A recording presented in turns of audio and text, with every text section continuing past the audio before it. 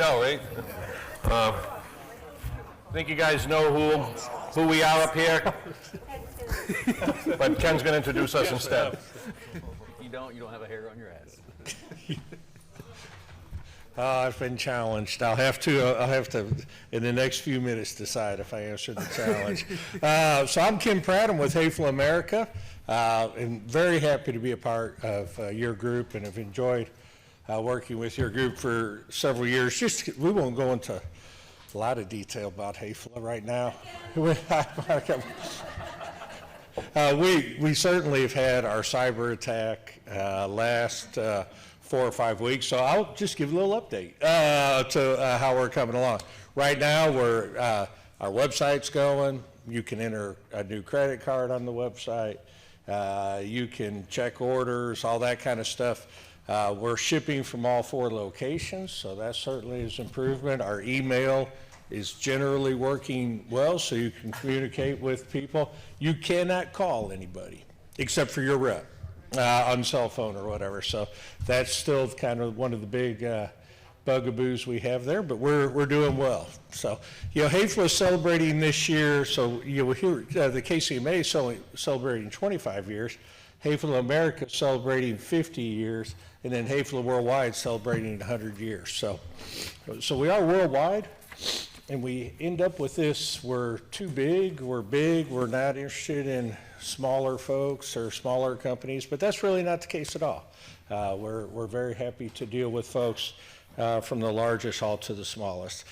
If you were in your hotel room and you noticed the lovely soft close closet doors, anybody notice that in their room? Or those are Hayfel products, so you can incorporate those into your next job. So as I introduce folks, I'll just quickly, a little plug, even though y'all are already here, but the KCMA is by far my personal favorite group to work with. I've been to AWI meetings, I've been to KCMA meetings, other meetings, but this group is certainly my CMA. What did I say? KCMA. Oh, the CMA. You're the second best, right? We're number 2 though, right? KCMA is way down the list, but the CMA. So I started with you guys. It's kind of that Matt's here with us. I think our first experience was about the same time, 10 or 12 years ago, at a thing in Chicago. We met Monica and Radu on that trip. Maybe some of the rest of you there. Joe was there. We took a tour of Exclusive, and Joe went through every machine in the shop. And I was just sitting there, I was amazed. I was like, holy cow. He's going to explain why they use every machine and what its purpose was. And no, this machine's supposed to, cut corners, but what we use it for is tying shoes. It was whatever it was. It was just very detailed. Shared a lot of information. We went to our showroom, which we had at the time in Chicago. We had a great time. So I've enjoyed being with you folks at a couple other meetings. 1 or 2 fateful evenings at the Hofbrau House in Las Vegas, which we need to do again. So, but really enjoy you guys. So we have we do now. I'll get to the prepared. What I'm saying next is exactly how Amanda typed it. Okay, so. So if anything is weird, it's all okay. So thank you for joining us for this pricing workshop. Your hosts will be Ken Kumph and Matt Wehner. Ken is president of Premier Builders in Georgetown, Massachusetts. Premier is a general contractor, and they also have a cabinet shop, and he founded the company in 1986. Matt is Shelley's penis.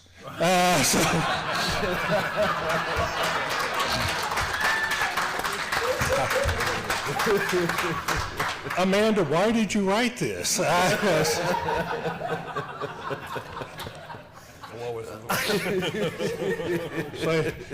it's a good thing sometimes that you're the last person who's going to do this. So, all right, so Matt is the co-owner of Concepts by Design in Springfield, Missouri, along with his wife, Shelley. They started the company in 2008 and has successfully grown it over the years. I stop by periodically. If you have a chance to be in Springfield, I know they would welcome you to come by and take a visit and see them. So both of them are currently serving on CMA's Board of Directors, so please join me in welcoming Ken and Matt. Thank you. Want me to start the show here? Yep. All right. It's all on you. I'm just here for the eye candy. Okay. So appreciate you guys hanging out. Everyone's kind of hit a wall here after lunch especially, but hopefully, one of the biggest topics we're always facing is, how do we price jobs? How do we price cabinets? What's the way to do it? And we've had our methods. We have a system that we use, we've developed, we work with it, but it's not always reliable, or hadn't been. Knowing that I had to do this presentation with Matt and trying to, live up to his standards and impress him, I dug deep into my numbers, and I've had the opportunity to do that just with some changes we've had in our company recently. I got some of my staff here in the back corner that'll hopefully chime in a little bit. I got some other friends in here that we've talked about numbers with and everything. So everyone has a way of pricing cabinets, and so my goal for this is not necessarily to say, hey, this is the right way to do it or anything, but to learn from everybody how you do it, and just to hopefully everyone walks away saying, I need to know my numbers. I need to have a system that's reliable. Everybody wants to make a profit. We all want you to make a profit. We all want to make a profit that's fair, and when we go into a job, try to have as much information as we can so we can make a profit. We can provide a great cabinet or whatever project it is for our clients, and then we can be there later on for them when they. We're going to make money for us and our businesses. That's what I like to say. So I just want to run through this presentation because it's really just my thought process, and Matt can chime in at any point. And I just as soon leave it open as an open kind of conversation workshop, not a question and answer at the end. We'll certainly have time for that, but just let everybody kind of interact as we go. So just don't, feel free to shout out, raise your hand, whatever, however it works for you. But this was just my thought process going through it, and this will only take like 5 minutes or so. We did the introduction. So.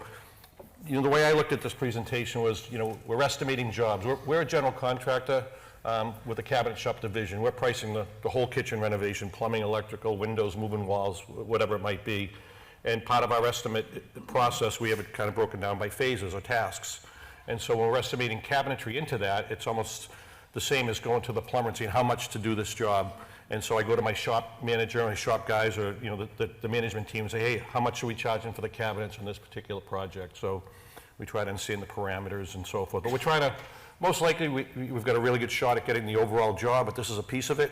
And so my estimating isn't to say there's 3 left-hand corners and 4 pullouts, and it's estimating the job so that we can get the job, make money at it, and have a quick and efficient way to do that. We want to make sure that, estimating is a way for bidding, so that we have work to produce.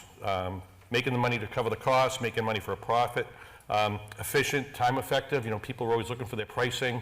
It seems to take, sometimes we're delayed in getting prices out the door, whether it's procrastination or being busy. So I want a time effective and efficient way for us to bid a project. I obviously want it to be accurate, and I want it to be all inclusive. When I'm actually getting a job and I take this information and take it to the next level, that's for when I'm producing cabinets. I'm more detailed, it's specific to the individual project, ordering materials, scheduling the labor, delivery timeframes, all these things come into, we factor all this kind of stuff in. Right now, here's my kind of list of how do people price cabinetry now. There's a little list here on the left side. Can anybody raise a hand, tell me how you do it? And there's no right way or wrong way, just, how do you guys do it now? Can maybe 2 or 3 people just raise their hand, let me know, or chime in? We count every splinter, man. Everything. So right now, and even if you don't get the job, so that's part of the process. Takes some time, I'm sure, right? Exactly how many sheets of... Yep. So there's no guesswork, right? You nail it. Yep, that's great. Does it take a long time to do an estimate? Yeah. Who does it by the linear foot or some combination thereof? We do it as a budgetary number for them, linear foot. The linear foot method? See if it works in their budget, and then we go from there. Go from there. So we Okay. go by the box if we're just getting, to see if they're vetted in the area, so. For the estimate part. For the estimate part, it would Yep. just be by the box. Okay. Do you have levels, Randy? We just usually tell them it's between 1,400 and 1,600 per box. Okay. Rough guess in there. Yep. Randy, the linear foot method, you have like a low, We have a medium, couple- high? Yeah, we'll use a couple different methods based on like what their inspiration photos show us. Obviously a closet's a different linear footage than a, kitchen with hoods and all of that stuff. And and then we also have some just general, you know, like a shelf, we'll say like floating shelf is $1,000, and just go from there, so. Yep, so there's no, you'll go ahead. We do the same thing. We do start off with the linear foot budget, Yep. and then I always try to be on the high side of that, because it's like, it's awful to try to come back and. Oh, yeah, it's $10,000 more. All the time, yeah. Yep. Do most of you have to do some sort of design, even if it's a very basic layout, to get your lineal footage or number of boxes, or do you get a, you know, we work with architects and designers almost exclusively. Do you have to do it, you have to do drawings first? I do pricing through 2020 first, get their rough drawings put together, pull my estimates through 2020, and then once it goes from there, I'll switch over to cabinet vision. So you actually have to go and do a meeting and a site measure and so forth before you even have the opportunity to price the job. So, yeah, like I say, we're working mostly with designers, and occasionally we have to go in and do that type of thing, and it's part of the sales process, I understand that. So, we might have an advantage where we have a set of plans already, and we can look at some method of footage or boxes, that type of thing. So the way that, you know, being a general contractor, and the way I learned to estimate jobs was labor, materials, and subs by the splinter, exactly the way you guys do it. And that's how we've been doing it up until very recently. So I don't think any way is wrong, as long as it's reliable, it's, you know, repeatable, it's flexible, and it's profitable. So we're not here to say this is only one way to do it. I just want you guys to have a method. I'll just run through my way of doing it. Maybe Matt can comment on his way of doing it. But on this page, I'm just kind of talking about, you know, my current way of estimating is labor, materials, and subs, if any. It's a systematic approach. It's detailed. I'll show you a quick, it's a spreadsheet, it's an Excel-based spreadsheet. It's repeatable and reliable, but you know, every job is just a little bit different. There's variables, you know, door, drawer style, inset, beaded, overlay, paint or stain, the personnel that we have available for it. The frustrations that we've had, you know, yes, we're making money, no, we're not making money. There's inconsistencies, why? We come up with reasons, we come up with excuses, myself included. There's variables. It takes a long time to do the detailed splinter estimate way. And I kind of had this moment that you know, I'll say I'm embarrassed by it, but not necessarily. My style isn't one to snap or too much, but I was sitting in a meeting with the management team, and I just said, nobody here knows how much it costs to make an F and 3-foot cabinet. And everyone looked at me, and I said, including myself, nobody knows how long it's going to take or what it's going to cost. Tell me right now. And it was just kind of like, and then, you know, I said, I'm sorry, I gave him ice cream and all that kind of stuff. So, but, so, how do you guys develop your system? So we developed ours, when we bought an existing four-man cabinet shop, November of '07, thought the market was gonna dip a little bit, and then it just bottom fell out. The old man and woman that we bought it from, they laid it out in cabinet vision, off of a measure, and then they would do the linear foot of bases, uppers, and talls, and then do a multiplier on that.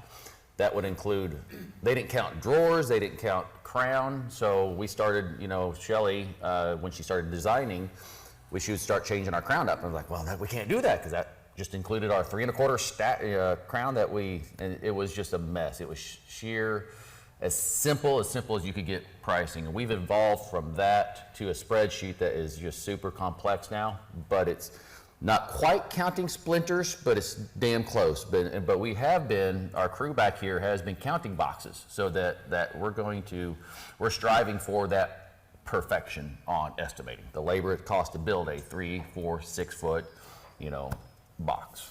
So we're getting there, but as long as you're counting your numbers, managing your numbers, you should be fine.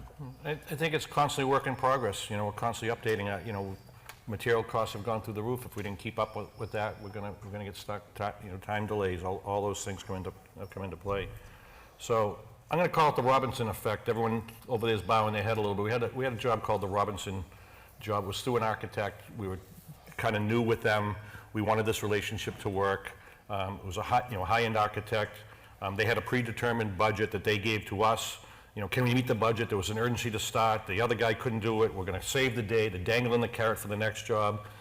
You know, we typically don't work for other GCs. We typically do work for our own construction company, but this was an opportunity to work in an area that we wanted to do more with. And so we were awarded the job. we're very accommodating to the client, the GC, the designer, we have a great relationship with everybody.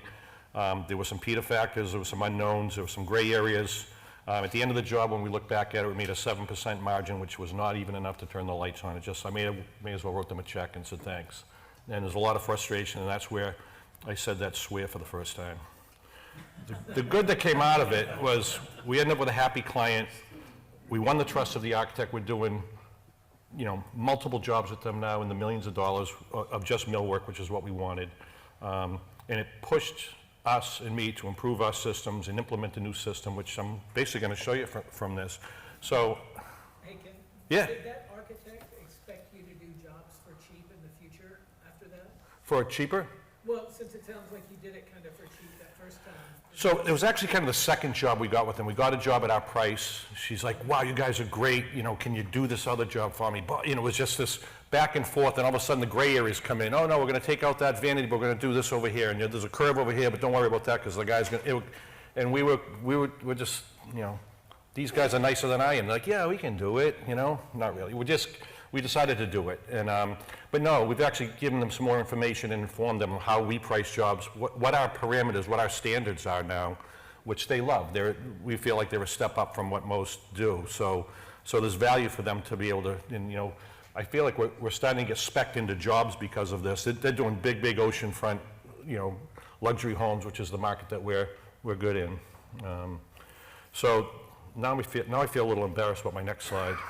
But it was my aha moment. The ruby slippers, I had the information the whole time. I had the shoes to get home the whole time, and I didn't realize it.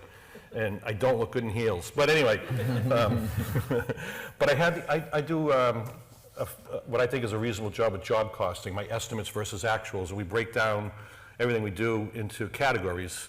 It's not too cumbersome, but it's detailed. So I've been doing this with my construction company forever. I do estimates in Excel, and I have it broken down by phases, kind of like building a house on paper or building a job on paper. It's, excavation, foundation, framing, roofing, siding, windows, it kind of just builds the whole thing down. And cabinetry is one of those components. And then when we do the jobs, every piece of paper that comes through the office is either, a time card has the job name and number and the task that was done. Every material slip comes through. So when the guys do their time cards, it's, the Robinson job, 35-2L for labor. They bought materials, 35-10M for materials. So it's broken down into a variety of categories in the cabinet shop. We started with a big list, we narrowed it down, so it's not too crazy. Everyone kind of knows what the codes are. And then from QuickBooks, I can look at that and say, how many hours did it take to do what I estimated, either globally or individual components. So as man, instead of me asking, how long is it going to take, guys? How many sheets of plywood is it going to take, guys? What if, guy? Instead of all that, I just took historical data and I really dug in deep. And the gentleman that showed all the spreadsheets and everything, it's right up my alley. I was able to compile this information and take historical data that's reliable. I took the last 10 jobs I had and I put all these numbers in and I started to analyze it. And I started to find common threads.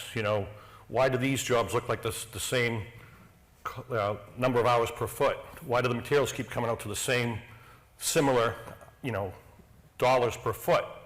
How do I measure per foot? I'll show you that. But I started to find these common threads. And why does this one seem like it's a lot more? Oh, that's a more difficult job. That's a beaded face frame, inset door. This is a full axis overlay painted. And I started to find some commonalities amongst, and I broke it into 3 categories, level 1, 2, 3. 1's easy, 2's mid, 3's most difficult. And I just started dividing it by the foot per job. All of a sudden, it all started to flow, and I could find these things, and I created a kind of a quick sheet. So what happens when you have like a really expensive material in there? Because that's what kind of throws the whole thing off. Oh, I can make an adjustment. I can just say, yeah, it's a level 3.5. I can go in between categories. See, Like a multiplier by foot thing, it gets kind of tricky. so that's where him and I, when we had a discussion about this pricing, that would drive me insane, and I think most Shelley as well, and our people. What we do is we do a linear foot, and that just includes our basic materials, the interiors, the birch, and then the labor. Then we add on our materials on top of it. So we'll have to lay it out on CAD, count the sheet goods, if it's rift white oak, walnut, what have you. But I wouldn't feel, now, Ken feels confident in his way of bidding it, so, I mean, that's historical Yeah. data. I mean, with some conditions, right? Yep. It's not just, hey, let's carry so much a foot now, it's like a very similar job. Listen, for me, I'm saying, I'm making boxes with either a face frame or not a face frame. They all have doors and drawers, they all have hardware, they all have soft close. I'm not making anything, you know, it has crown molding, it might be 3 inch, it might be 4 inch, it might be 2. I don't know, I'm making similar products. Assumptions, yeah. You know, and for us in the high-end market, I decided instead of saying, oh yeah, it's so much a foot plus, you know, $200 a pull-out plus a trash bin plus a knife organizer. I said, it's all in. Everything except lighting, it's all in. Whatever you want. You want pull-outs on every single base, it's all in. So I just, instead of saying, oh, we're gonna charge you 50 grand and then nickel and dime you, like you get everything you want. And it's, oh geez, you know, you're about 20% higher than we want to be. Well, let's take it from a level 3 to a level 2 and see what we can do. We can save you 20%. Yeah, how many guys do you guys have bidding with you? Are you bidding yourself? No, I did this, I was for a long time. We've made some changes with growth in the business, and so it's really my son Matthew's responsibility, and the guys on the shop managers and managers to price the jobs. You know, I may review them, but it's up to me to give them the system that works at the right margin so that they can do their job. And so this is something that I think is going to give me a long-term payback for the work I put into it. We, With a system like that, how would consistency be between yeah, one person's judgment? that would be my concern. We have an estimator that came to us over 10 years ago, interior design student. She came, thought she wanted to be a designer, found out she didn't, introvert, didn't like people, and she ended up being our estimator slash HR person. But she sits down and does all our estimates on the spreadsheet. Shelley created the first spreadsheet, and then she has expanded upon this spreadsheet to include all of line items and how they tally up per room. She breaks it out between cabinets, accessories, LEDs, hardware. I don't, Amanda, did we have my pricer on there? Okay, we can show that later on, and I'll show you. And I'm more than happy to send you guys our spreadsheet too, so you can look at it. I've shared it many times. Same here, yeah. Has this new system been in place long enough for you to compare, like, take the data from the actual jobs and compare it to your estimates? Well, that's the point. It was from actual data. Yeah, but I mean, like, now that you have it, and have you done a job? Yes. And broken it down? Yep. And you're hitting your numbers? We're hitting it. I'm so excited about it. But again, you know, I don't want to minimize the effort above the, you know, all the stuff that boiled down to these per foot. And so to your point, Colin, you know, we have a systematic way that I think we can all three or four of us can say, yeah, this is a level 1, 2, or 3, or somewhere in between, or let's add a little bit more. There's still some factors that we might throw in it, but again, I'm trying to get the job, I'm trying to get this estimate out the door, and I'm trying to cover myself on the costs. Yeah. So, Ken, you had mentioned previously, homeowners change their mind all the time, right? So you get into doing an estimate for someone and you think it's all inclusive, and then they wanna, you know. Hey, Brian, can you Yeah. stand up and speak up just a Okay, little yeah. bit? A little hard to hear over here. Yeah, my question to Ken is, he had mentioned earlier that he wanted to try to be all-inclusive, but like, what happens, you know, when you've already given them a ballpark estimate, and then they start into like, well, we wanna add these kind of dividers, is that just a matter of times in it, like a factor 3.5 times, or, you know, just bumping up, like if they wanna go to an upgrade for inserts and pullouts and rollouts and all that stuff? Yeah, that's a great question. Again, I feel like we have a starting point at least now. We have a baseline.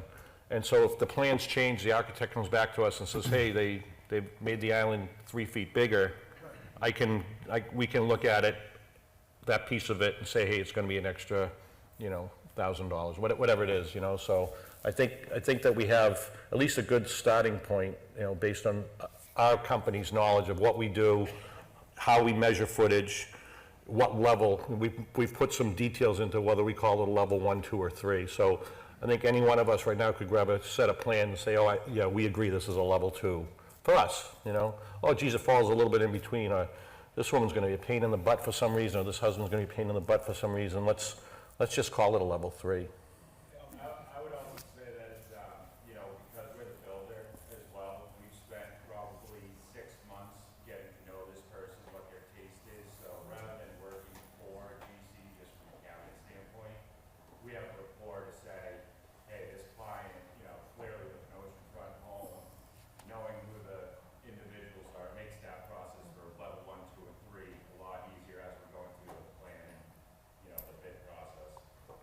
Yeah, that's a great point, Matt. It's, we've been brought to the table by the architect, we've met the client, we've seen the preliminary plans, we finally get a set of plans to bid on.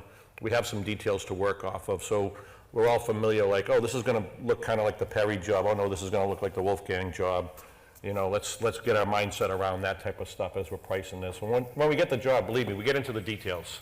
But for my estimating, I feel like I have a reliable method to say, yeah, this is gonna fall in that, $52,000 range. We're typically not bidding just cabinets against someone else, and it's typically not apples to apples, and we present our standards to the architect as opposed, and if they want to embellish or change that, that's one thing, but, we do all 1-inch face frames, 1-inch thick doors and drawers. We do mitered end panels and corners. So there's just some standards that we use, 5 coats on our painted finishes. So we just said, look, we want to try to provide the best at this price, and maybe the job's not for us, or if it is, can we pull it back a little bit? Can they take the bead off of the face frame, and can we save something there? So that type of a, kind of a big, I know it's a big picture approach, but it started with minute details and then boiled down to the footage. Ken, I have a question. So you're talking about a project that you're already working on, and then you're providing pricing. When you're awarded that job initially, the construction portion of it, do you carry an allowance in for cabinetry, or is that just an open line item at that point? Oh, no, we have a set of plans that has, I'm pricing it all together. It's not 2 separate bids typically. I mean, if that's the case, we'll do a, Because that was suggesting that you're 6 months into the job. no, into the, You can meet, the architect, you can meet the client ahead of time, I have that initial walkthrough with all your subs while you're getting, the schematic set, and then now you're getting, pricing set, and that comes, 4 weeks after you've met the person and talked to them 6 times. yeah, we don't, I'm sorry, I misunderstood. yeah, so it's at the same time, kind of the process happens around the same time. Now, you guys are bidding jobs for repeat GCs. Typically, yep. Not end users all the time, right? Correct. So, Yep. so they have a set of standards that they're looking for, and you guys are familiar with that. Same type of approach, right? So, yeah, go ahead, Shelley. Well, I was gonna say, the whole process is making me sweat. He just wants to look at your butt. What we do is during the sales process, or as somebody comes in and they are wanting to do work with us or possibly do work with us, is we gather some general information. If it's a high close rate because it's a referral from a builder, it's a builder we do a lot of work with, we don't really discuss a lot of price, we just gather the information, like what are they looking for? Are they looking for metered inset, or they want a lot of glass, what kind of accessories do they want? We gather that information and we do a pretty decent bid on it, not the splinter bid, every little splinter, but it's pretty close, because then what we do is if they accept that estimate, that is not our contract, but we ask for 10% of the estimate. So if it's a $100,000 job, I'm getting 10%. Then we design the whole thing, we're going back and forth, every accessory, every drawer that's gonna be in there, we reprice it and contract off of that. So a lot of times if we do our due diligence up front, then we're pretty close, but there's sometimes it could be another 50 grand and we add it to the job. A little slow in the draw, Chris. Thanks, Shelley. And that 10%'s non-refundable, we Yeah. keep that. Yep, but you guys are doing design too, you're spending some real, so we're getting the design, we're getting most of the information up front. So it's the same process, it's just you guys are handling one of the steps that we're not. Yeah. Yep.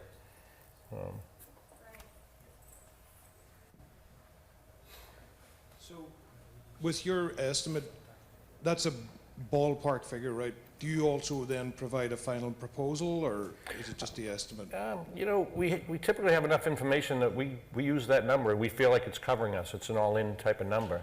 So, the pricing isn't getting down at the end of it all. I'll show you the way we did do it before, that was a lot more detailed, maybe not quite to the splinter, but still pretty detailed. But, yeah, with this number that we give typically covers us unless there's changes. Would you guys agree to that? That we've got a set of plans, we know the architect, we've walked the property, we have a sense of the level that might be at. And so whether it's 52,000, or it's 51,376, we probably have the job at that number. I'm not trying to be loosey-goosey about it, but we're right there. Just a quick question. What level of plans are you getting? Because I'm guessing, Ken, you're getting more of a detail, like actual true cabinet drawings with the architect We're plan? getting elevations at And you're least, getting at least and we're elevations? getting some parameters, and then we're using our standards with that. So we'll get the, floor plan, we'll know where the sink is and appliances, we'll know how big the island is.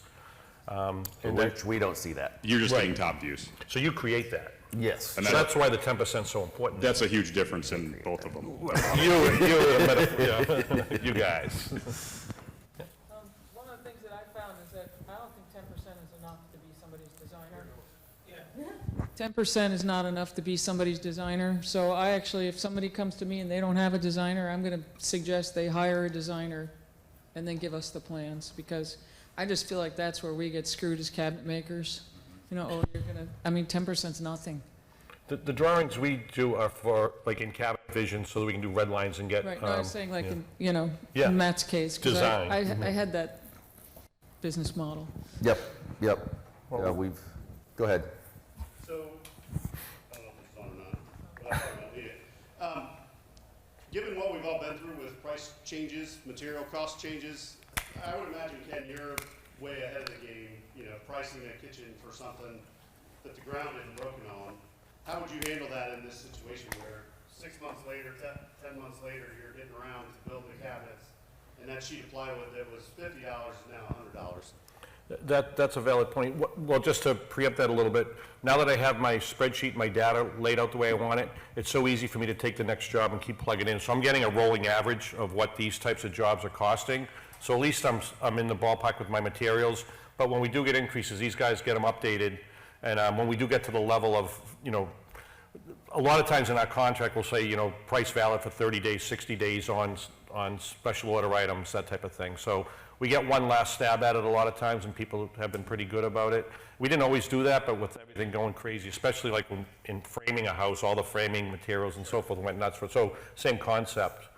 I'm not saying we're hitting it 100%, believe me, but we're paying attention. So, yeah. Is anybody tracking their hours per unit? I'm tracking hours per foot, so that's my unit is foot. Yeah, this is foot and time. Like the total cost divided by your lineal feet, divided by your people hours. I'm doing it for materials and man hours based on fabrication and finishing. And my fabrication, even though I have a lot of categories, I'm taking it from unloading the truck, cabinet vision plans, reassembly, wrapping it and putting it on a truck. So that's my fab number divided by my footage, and then my materials divided by my footage.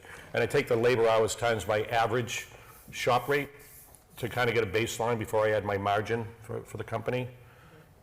And that's what we're getting to. We're getting to the point now where my guys over here are tracking part counts. So chopped pieces, ripped pieces of wood, molded pieces of wood, chopped down to the sheets, how long it takes to cut a sheet out. And then Crow's Nest, Norm, the last guy that was up here, I'm sorry he put you to sleep, he is the sales guy. The guy behind the whole software, Paul, is an amazing guy. The brain is amazing. But it has capacities. So we're able to go in there and put in each employee how much capacity they can do in a 8 or 10 hour shift. So then we'll actually truly know the true cost down to hopefully the second. Yep. To Lois's point, with the 10% not being enough, which I agree with, have you looked at that is it just kind of a lost leader? Is that what you're looking at if you don't get it? So it may not cover our time that we had in our technical designers designing. The design for us is part of the whole package, and our profit margins are where they need to be, so I'm assuming we're covered. Yep. So it does it covers our labor on our technical designer. Yeah, Yep. and paying, Estimator. so like our project managers make a percentage on the job and all of that as well. And so they're getting paid in addition, but that's all in the overall cost of the entire job. So we're probably paying, they're probably paying more than 10% on it, but that's what we're getting up front. Yes, sir. We don't do the 10%. We put our designers all in as part of our overhead. So it's distributed out over every job, so that's, in our markup and our hourly rate. Okay, so you pay hourly. So ours are on commission base. So yep. Ours is salary. Yep. what's great here is we're all throwing into the mix how we do it, you know, so as long as you have a method, you understand that, you know, you spread it out as an expense, not as a cost of goods sold. So it's, as part of your overhead structure, we start at the next level, and we're already at the job costing level. You know, it's just where you put it in your margin so that you can make some money for the company. Yeah. I think in the end, and with the hopes that we have you guys coming out of this meeting is measure your numbers. Look at your numbers, track them, and if you're not looking at them on a weekly basis, then you're going to miss the boat on something. You're going to drop the ball, something's going to happen, and you'll have to close your doors. Do you guys charge for every change fee? I know that Calvin spends countless hours Absolutely. changing things, multiple emails back and forth. How Absolutely. do you guys price that? So, Shelley, go ahead. Here, Shelley, you want to just... I'd trade places. I don't blame you. And I'll just bring another chair up. Yes. Now I forgot the question. What was your question again? Change orders. What do you do when they're going back and forth for days and hours, just changing things? Which is typical. Yeah. That's a normal client these days. So what we do is in the estimate that we provide, we say this estimate, this is your retainer, but it includes so many round of drawings. Anything above and beyond that, or if they change the scope, add rooms, we're collecting more retainer. So it's upfront in our estimate. You're getting 2 rounds or 3 rounds, whatever we feel is appropriate for the size and the scope of the job, and then that's put in writing. Yep. And then they know if they're on their 3rd round, we're getting to an hourly rate. So we just recently changed how our technical designers, so how we work is, so Shelley has 3 project managers, and then just within the past several years, we've gone to, we've hired some interior designers that were very introverted as well. They love design, hated talking to people, so they are keyboard warriors, laying everything out on CAD. We just changed to where when they clock in on a project, it's either design time for those first 1, 2, 3 rounds that they've allowed, or redesign time. So then we start charging for their time appropriately, $100 an hour, and it's stated in our contract if they make any changes that clock starts as soon as they open up CAD. So you're no longer losing time going back and forth with emails. We're being paid for And you our don't time. just charge it one time after those Oh, no, 3. you're tracking your time. That's where your numbers need to come in at. Yep. Okay. So in addition to that, so after they finally say, I'm done making changes, which we know is not real, but when we think we can go to contract, we reevaluate and have Matt pull QuickBooks numbers on exactly how much time the designers had in it. And if we don't feel like we were covered, we add in more before we contract. So we're always covered on it, even if we don't collect it up front. So. And then anything after contract too, we do change orders.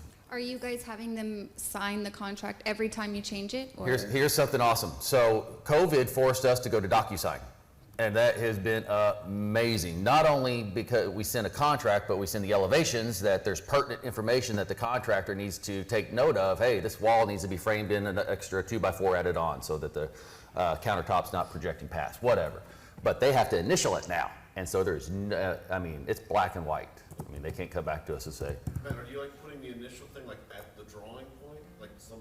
Where, yes, where the CAD note is, hey, Mr. Builder, add in this, add a 2x4 here, what, you know, frame down this opening. Doing this with DocuSign after a couple of jobs. It's amazing. DocuSign's amazing. We just recently switched to onboarding our employees with DocuSign. So they get our handbook, which has gone from nothing to, I don't know how many pages it is now, 50 some. Joe, is it? It's large. Yeah. So yeah. So any way you can get verification that they signed off on it. Shelley's had to use it several times with clients on a door style issue. Go ahead. I'm just curious, how many employees do you guys have? Just a little bit about your shop. We're pushing 60. Yeah, we've exploded in the last several years here. We went from, what was it, 4 million to 6.2 million this past year. We've got 8 in the shop, and then we have another dozen between the office and the fields. So we're totally different. It is. You know, we're doing the construction side and the construction management. Just a last point on the design thing. So one of the designers that we refer a lot. If someone comes to us and says, we want a kitchen, do you have a plan? No, we'd like to refer you. It's an arm's length transaction. We don't get a fee on it, but we're gonna work with this person. And whatever she charges, she usually gives 2 revisions. So she does a concept, the clients, you know, say, oh, yeah, I like that, but I don't like this. She'll do 2 revisions, then she charges again for it. So I think it's just laying it out up front, like you talked about, just laying it out up front for the... Setting expectations. Yeah. Sticking with it. And some people want to change 1,000 times, and they're going to get charged for it, you know? Mm-hmm. That's been a big frustration for Yeah. Mm-hmm. Getting paid for your so time. much time. You're giving it away, right? Time, yep. Mm-hmm. Oh, what's wrong? That was my question. So 2 redesigns, how do you guys decide what is redesign or what is design? Say it again? How do you decide what's design and what's redesign when you start charging? When do Design you versus start redesign. charging? That's it. So 2 times is So interesting. when Shelley sits down with the client, they take very detailed notes. They use Acrobat Reader, and then they don't do CAD. They do it on PDFs. And so they take very detailed notes with the client there. They agree upon these are the changes that they want to make. Okay? First round. First round. Yep. So they come through, they make those changes, they come back set, and then they look again, get mark up PDFs, and make those changes. Should be a final design then at that point, depending on the scope of the project. But yeah, so, and then once that second round's done, again, I think Pinterest is a killer for all you guys out there that are, yeah, well, I saw this, can we look at this? You know, and people don't understand how hard it is to change, especially in cabinet vision. I don't know how microvellum is, how hard it is to change plans or anything, but. Well, it's probably about the same. It's Prob- not that difficult. Yeah, but it takes time. Yeah, Is it? Yeah. So that's how we do it. Yes, sir? Engineering and design, are those 2 completely separate things for you guys? Completely. So Russell's our engineer. That position is basically, he makes sure that he tries to catch, we're training our technical designers to do everything. Make sure the materials are correct, make sure the appliance openings are correct, all that. Russell is supposed to get it ready for the shop. So making sure that it's talking to our CNC appropriately, making sure the cut lists are printed out appropriately. We just got a unique shape and sand. We've got a razor gauge coming here soon that we're going to be outputting to the razor gauge. Can't wait for that. But so that's the engineering part of it. So it's what he's responsible. Technical designers are there to make sure that everything's documented in CAD that the project manager and the client have talked about. Let's compare the 2 ways of doing it. I'm going to use Lois's method too. So I'm calling it the LMS, labor material sub method. That's my construction way of doing it. So I break things down by phase and task. I estimate how much time it's going to take, how much labor materials, other subs if there's any. I assign a labor per hour value, to the job. I assign a markup and I come up with a total. That's the way we've been doing it for years and years and years. This method I'm talking about now, I took info from actually produced jobs. So what it takes my company to do it, not what we think it's going to take, because we're all very optimistic about doing the task. It's all the ancillary stuff that goes along with doing the task that we're not accounting for. Running to the lumberyard, unloading the truck, culling out bad stock, cleaning up the shop, all that stuff. So I'm taking actual data, and I created formulas from that data. I established some criteria and parameters with my team and with the architects, what they like to see. So my standards might be different than someone else's standards. I'm sure everyone has a different way of doing things. I'm not here to validate my way of doing things or your way of doing it. It's just the way we do it in our company. And I rely on my team to do it. It's not just me making these decisions at this point. And now I can rely and trust the data. That's how I look at it. It's historical. It's what it actually took premier builders to do the past 10 jobs and kind of average that out. So I want to bring up one thing, back up one if you can. So the labor. So your labor material, how eye-opening was that when Tim Coleman did the numbers on what it truly cost for your employee? You pay him $20 an hour, you think, hey, $20 an hour, maybe 7% FICA, $30 will cover it easy. Eye-opening, wasn't it? Yes, yep. Yeah, it's costly. So it is very costly. So if you're charging $60 an hour for your labor, you better be bumping that up. Where are you guys at labor-wise? What are we at, 110 now? I think so, 110. Yeah, we're 135 shop rate and 115 now for carpenters. Yep. And we're in the Boston market, north of Boston. We're in an affluent area. This is our market, affluent, designer, architect plans. This is a little quick summary of what we have in our shop. We have a shop manager, design engineer, 3 cabinet makers, a finisher, a sand and prep person, and an apprentice. If I average their rates out, it's $32.50 an hour, but, in the paycheck. That's not burden labor. That's my average labor rate. That's from the manager to the apprentice. Mine's going to be around 25, but our cost of living, we're in southwest Missouri, southwest corner of Missouri, and so the cost of living is really low. It's amazingly low. So all that kind of stuff. Good place to live. Is that your burden rate, or is that just your average rate? That's just my average dollar per hour in a paycheck. Rate is probably another, Yeah, double. Well, because it depends. I mean, do you provide insurance? We provide 100% insurance. right, but Then we do profit we sharing. do a burden rate, yes. Yeah. We added all those things. Yep. For each employee, and then we've got overhead. Yeah. The overhead is kind of, it's a different. Yep. Correct. structure than margin. Yep. What we want to see on top of it. Yep. So I'm putting another $100 an hour on this, right? As I said, I'm $135 an hour in the shop. So we're, yeah. But that's the real cost, though. It adds up. It's just where you put those numbers, that's all it is, yeah. That's awesome. Yeah, it's, Right. whether you're putting it in expenses or cost of goods sold, it's just really, it's just moving around inside the big bucket. That's how I kind of look at it. These are just our standards that the architects to clients that we used as a selling point. I have it on a letterhead, and, so, we use 3/4 plywood boxes, 1/2-inch plywood backs. We're not working with melamine hardly ever. 1-inch face frames, doors and drawers, mitered end panels. Our painted finish has 5 coats.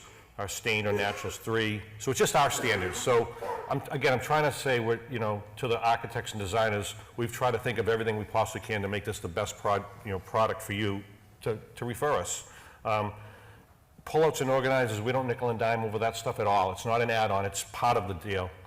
That's just the way we're approaching it right now, because 9 out of 10, when the designers give it to us, they want all that stuff. So I don't want to say, well, it could have been $30,000, but now it's $31,225. I just say it's 32 grand. It's kind of big picture-ish maybe, I guess, but it kind of cuts to the chase for everybody. The lighting is an extra package. Because you never know how much or how little they're gonna do in that. So what are your company's standards? You guys should make sure you establish that so you know what you're dealing with. You guys have certain standards that you use, and part of it comes down to your tooling, the talent pool you have, what you guys are using to get. Every time someone from the CMA walks through my shop, I'm supposed to have another tool that does it better.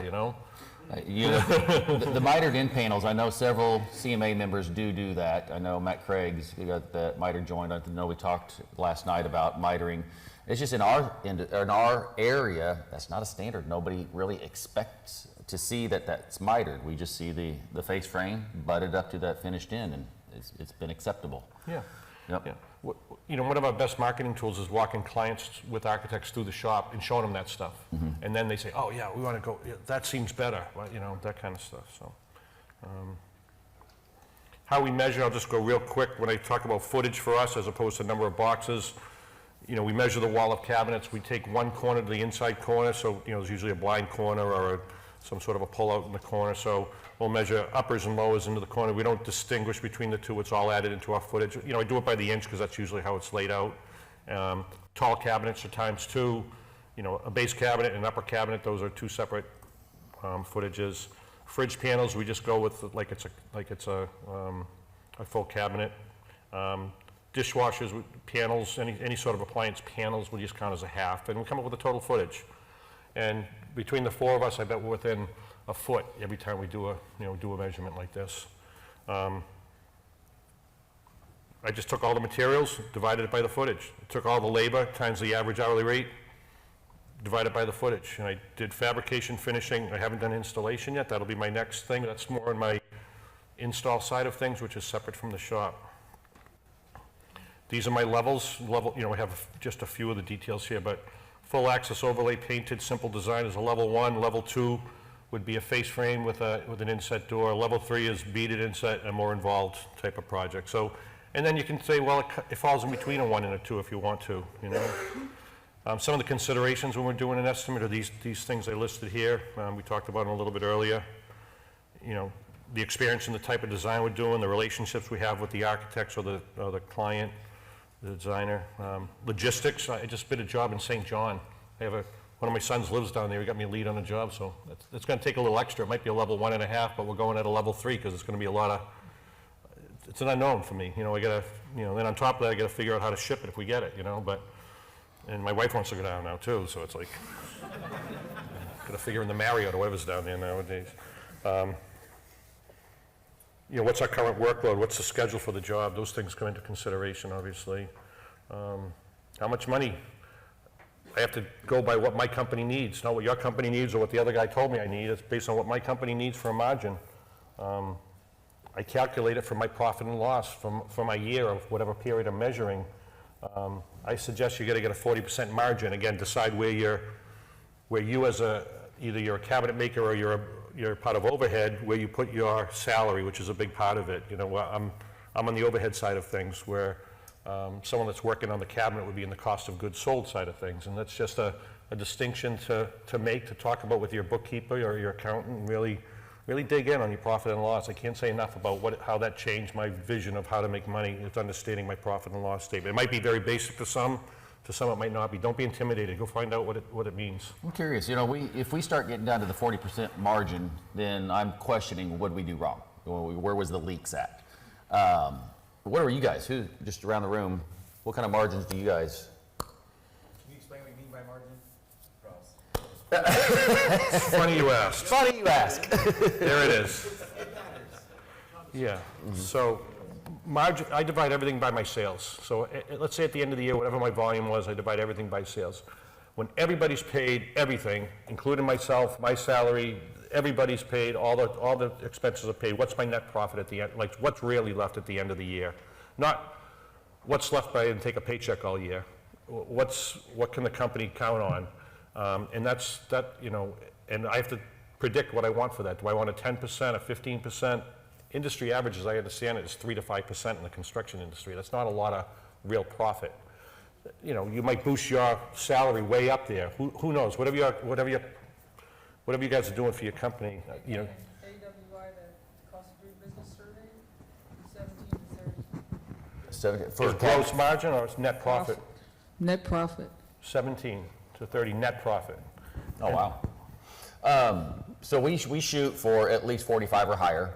And when I do a post-mortem on my jobs, meaning I look at all the numbers after install's done, we collect our final payment, I take our profit, everything we've made, and divided it by the total sales, and that's your margin. The AWI report from 2021 said operating income was at 3% and 0.62% for all firms, and then in high profit firms, it said 15.7 in 2021 and 12.6 in 2022. Interesting, yeah. Which means there are some people that are probably knocking on the door at 20% net. Mm-hmm. But it's like you said, it looks like material and probably labor expenses caught up with everybody in 2022. Right. Mm-hmm. We didn't look at our pricing. It's quick enough, correct. Yeah.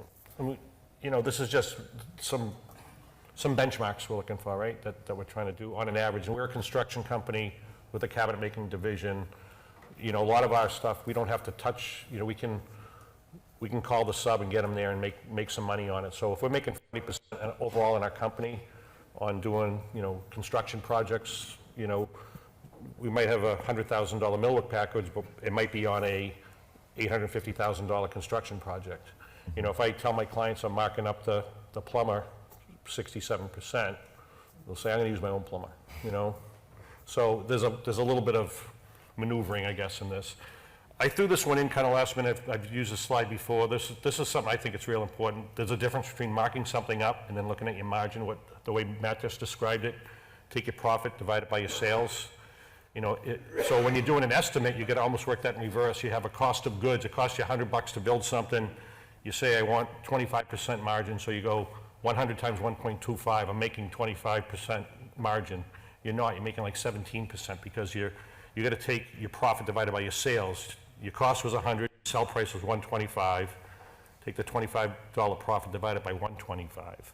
So you're not getting your 25%. And if you look at your company for the year, and you do that same thing with your overall sales for the year, your net profit for the year, and you divide it out, that's the margin, your gross margin that you're looking for.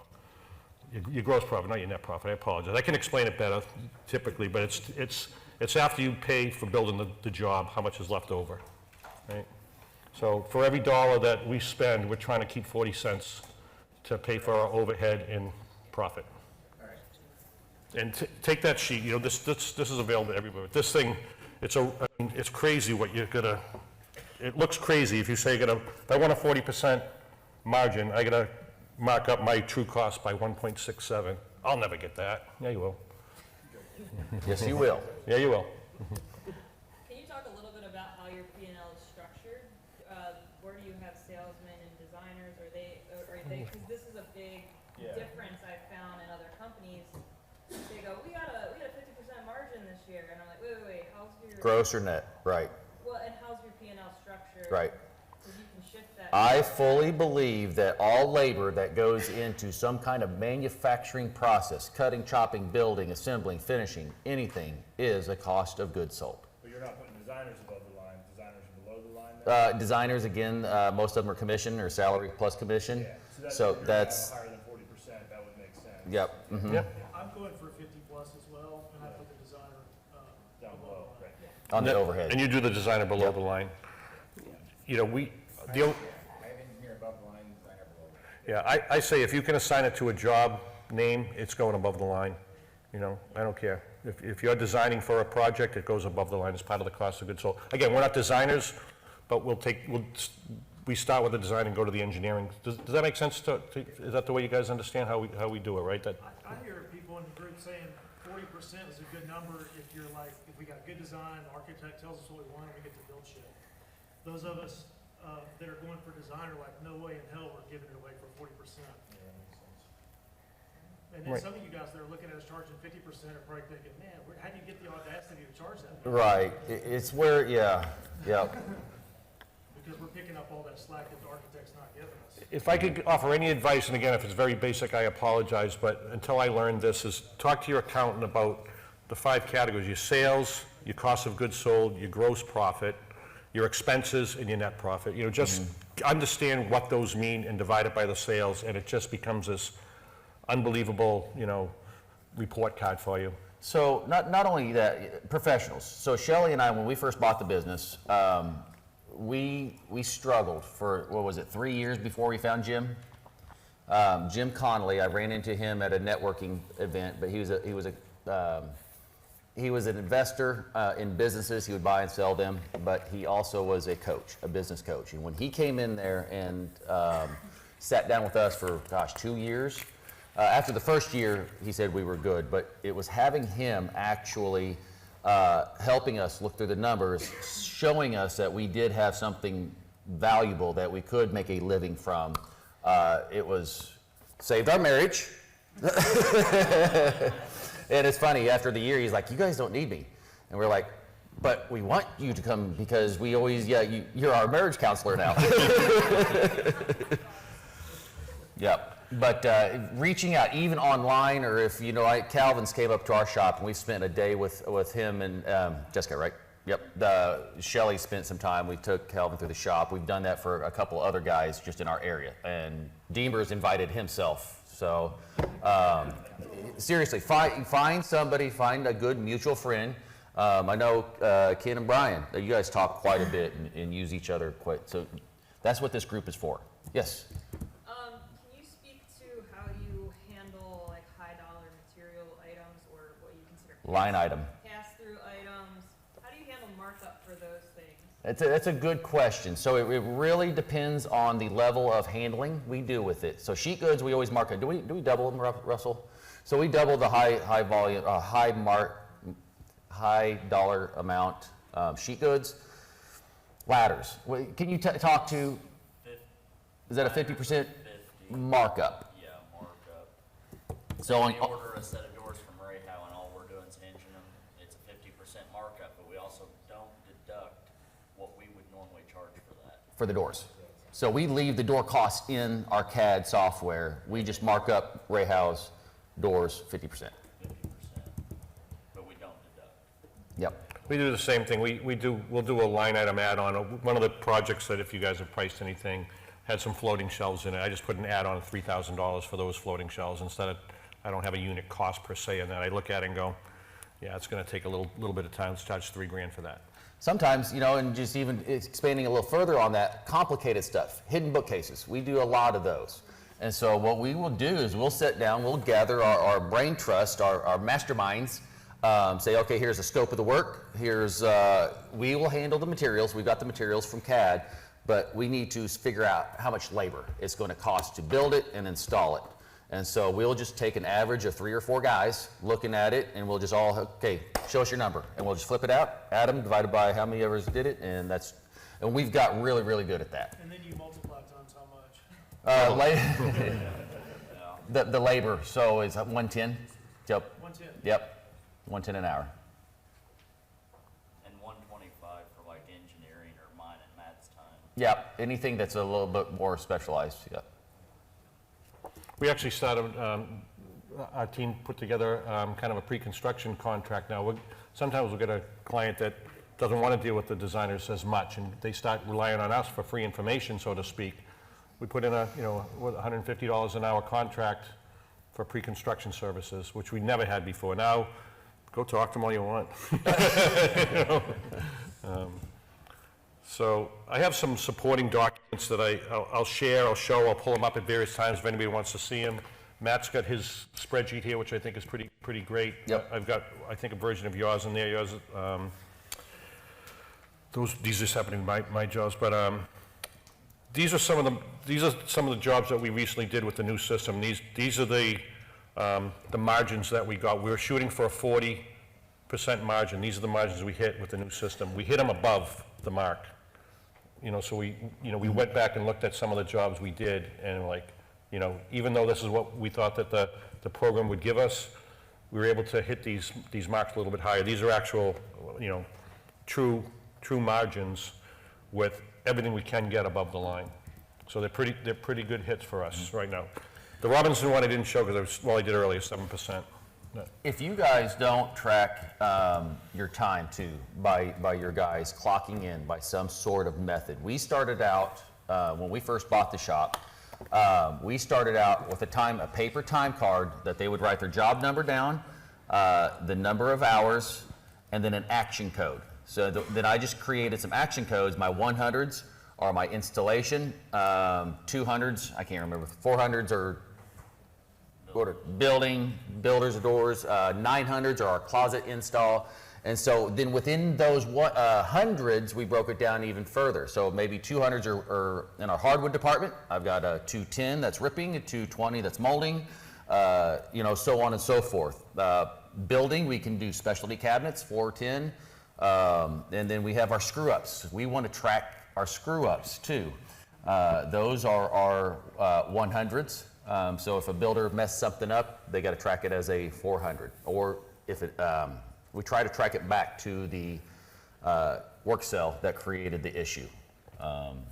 Yes? What kind of time increments are you doing that in? I mean, how precise are you? 15 minutes.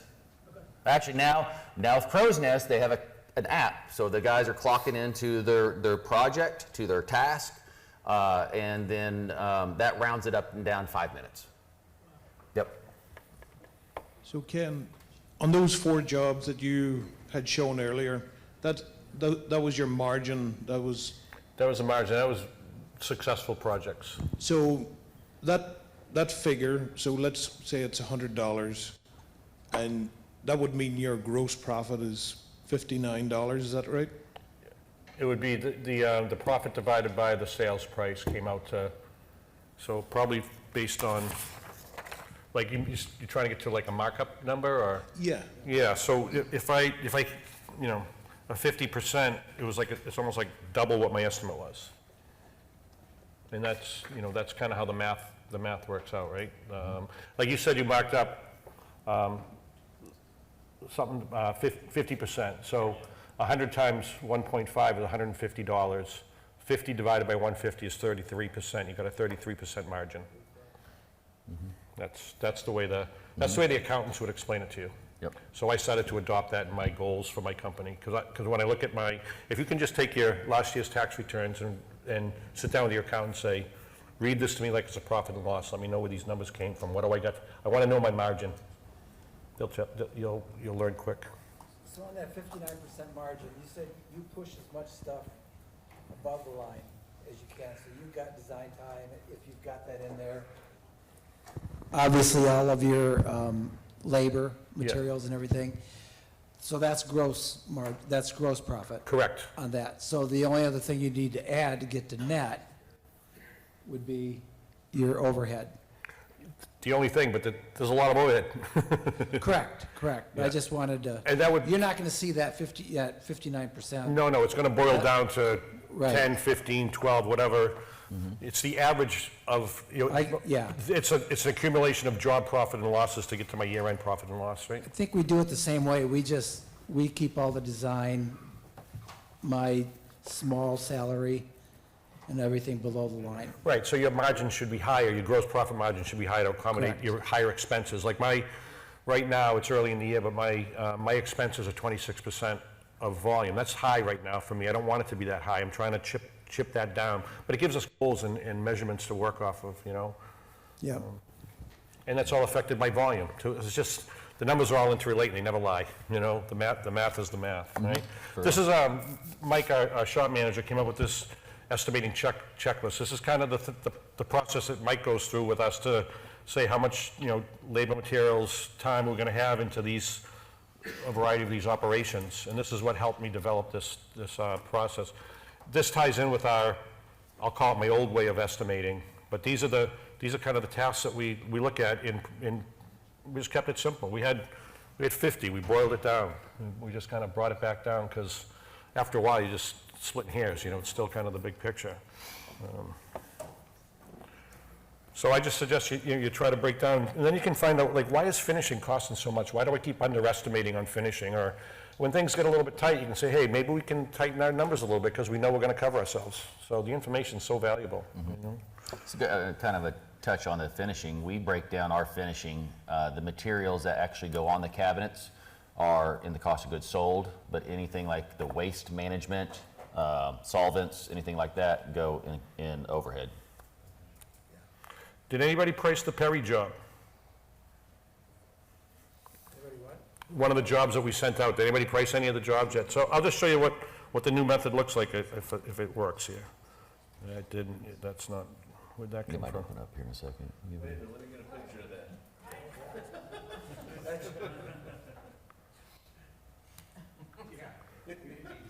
How'd the hell that come up? That's Amanda's thing.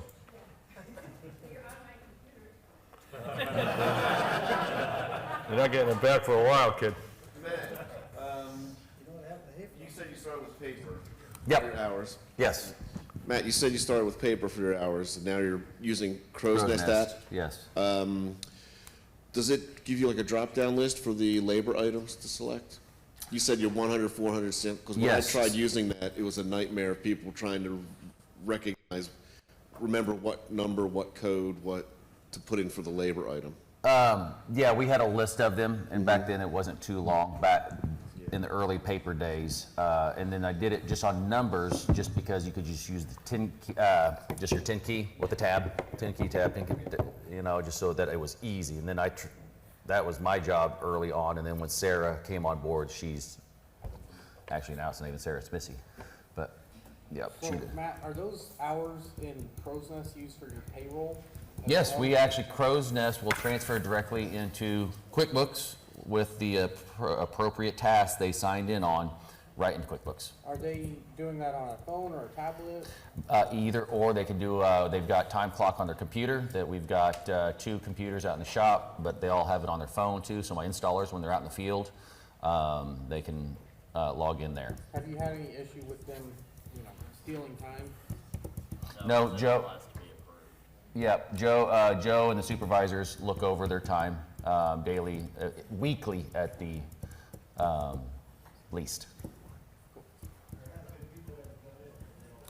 You don't do that anymore? What? We've had people that do that, but they don't work in there anymore.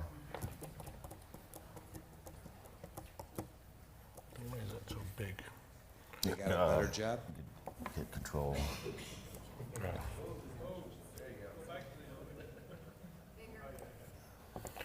So this is, I don't go too much, but if I unhide, That's why I couldn't see it, because it was hidden last time. why can't I do that?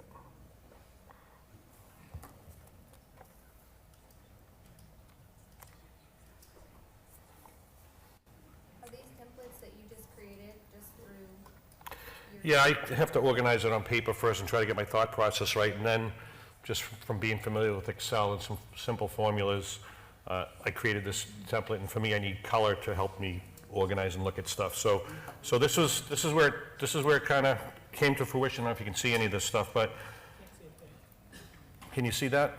No, yes, you can't read it at all. So what'd you do? Yeah, control, and then, yep, there you go. A little bit better? Yeah.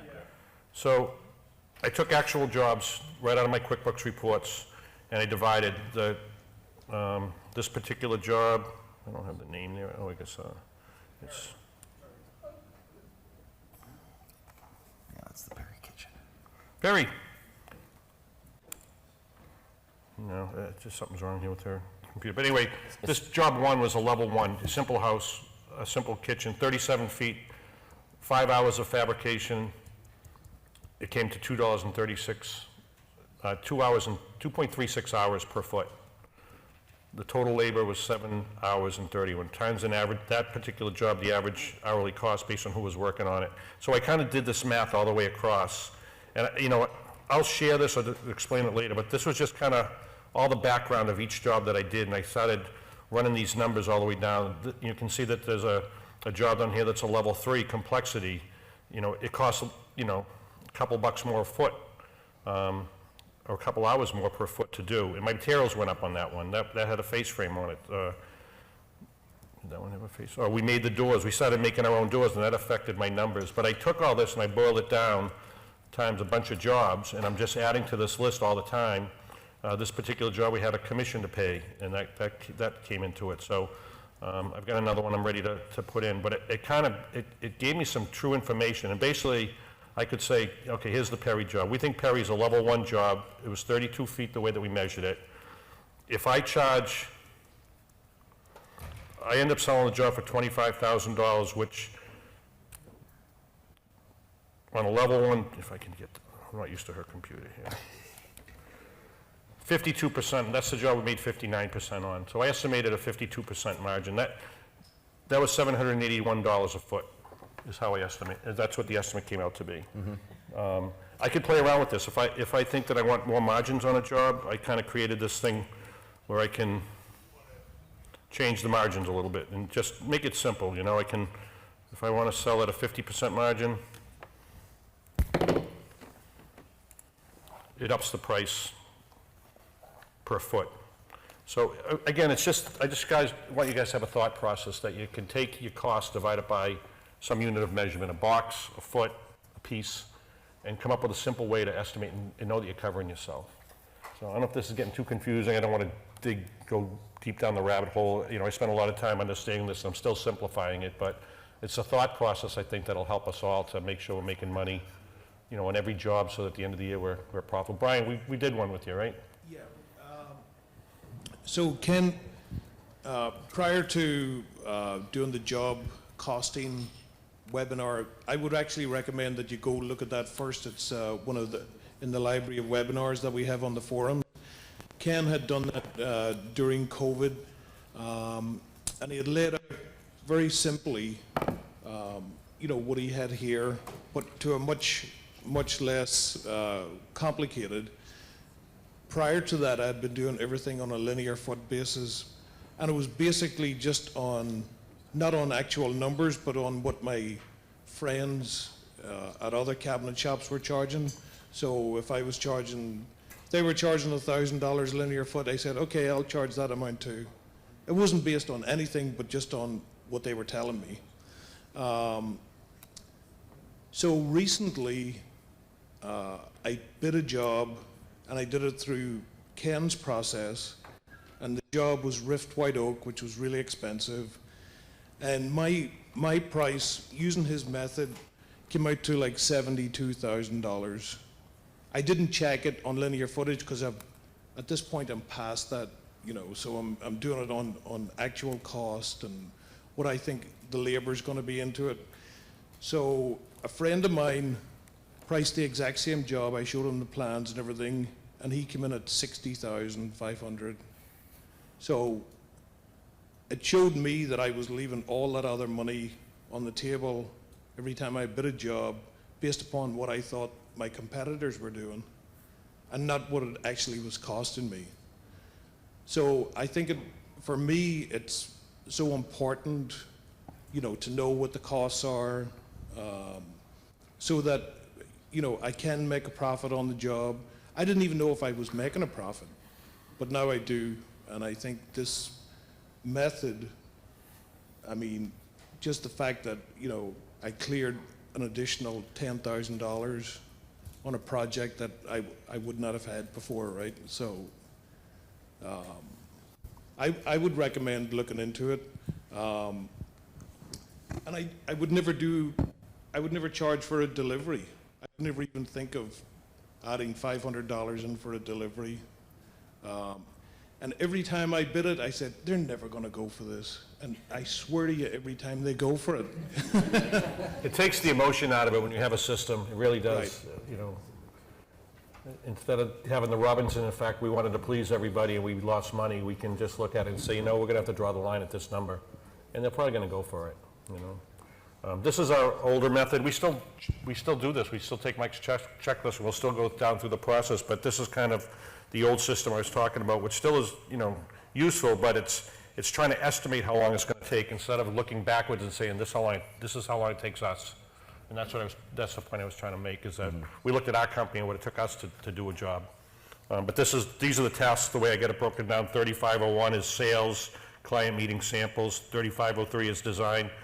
I got labor, materials, and subcontractors. So the time cards come in, 3503, 8 hours, and I can just estimate in this spreadsheet. We had a consultant help us make this years ago, and it's been very useful, but it kind of runs down everything. It's just a checklist, but we can assign costs to each of it, transportation, and we can assign, dollars per hour, markups, all that kind of stuff. So the computers just make it easier to do. It's, the old-fashioned way of 3 columns, labor, materials, and subs, the yellow pads, and add it up 3 times. If it comes out the same twice, you got it, But this just makes it more accurate and quicker. And I'm just looking for simplicity and accuracy, and I think we've created something that works for us. And so I hope it works for you guys. Your own method works for you. And Matt and I both are available to talk about this stuff with you, and just, you don't have to use our method to talk about, how you get there. How you start, just tracking numbers. You gotta start measuring them, putting them down somewhere first. Yeah, I found that the biggest variable has always been labor. Like, I try to figure out how long it's going to take me to do this, and every job is different, right? So every project. So I think that's really important, that tracking labor. You know that your cost of materials are going to be X, but you never know what the labor's going to be. It could be, you could get delayed on a job, something could happen with the finish, or, who knows where it's going to end up. But tracking it and having a history and then taking the average is more fail-safe than not, I think it's just your way of understanding the numbers that's really important. You understand your procedures. I understand mine, so, I can defend my method now because I have some validation on it. You can not defend, but you know what I mean, validate what you're doing. For me, it's hard to understand that it's $127 for a left side end panel, is $150 for the right side. Like, how'd you come up with that? But I'm not saying you did. I'm just, for me, it was hard to assign labor costs and material costs to a piece. Anything else, guys? Yeah, is anybody using the estimating functions in Cabinet Vision or Microvellum, where you set your materials and? We will use it for closets. We do a melamine closet, and if you have a CNC and an edge bander and you're not doing melamine closets, you are missing the boat. Say that again. You'll get a CNC one day, James. I said, if you're not doing, if you have an edge bander and a CNC and you're not doing melamine closets, similar to a California closets like we visited yesterday, you're missing the boat. profit margins are so much higher. You screw, huh? It's sky high. Yeah, you screw something up, it's so much easier to fix. The labor's just a lot easier to install, to manufacture, bypasses all your bottlenecks, typically, which is finishing and your door department, if you build your own doors. But yeah, closets are the cat's meow. Hey, did either one of you guys use there was a spreadsheet, I assume we still have it, I think we always just called it Sean's, but that spreadsheet to come up with like an hourly rate? That spreadsheet, and I've got it somewhere still, but that's what Shelley and I, when we first joined the CMA, gosh, was it 20? That changed my shop rate. Like, Same. That opened a lot of eyes for me, because that thing includes so much stuff. Yep. I mean, including like, hey, how much you think you spend at the grocery store every week when you're buying your own groceries and you buy some water for the shop? And it just kind of averaged all that in there to come up with a shop rate. And Yep. I'm sure it's still available, but I didn't know if you used that. Yes, sir. So back to closets. Yes. What kind of profit margin are you targeting those? 60% Okay. or plus. Yep, if we get below 60, then I'm checking. Oh, and where do you come up with this gross profit margin target, like historical? So what we did, how we justified it, we try to make a long story short here. We tiptoe into technology. This building that we bought was a former cabinet. It was an empty cabinet shop, and it shut down in '09. They had a point-to-point still there, and that was our first tiptoe into CNC. Once we saw how fast and accurate it was, we got a 5x12 flatbed. We were then bought a very old, was it a Chihisa edge bander?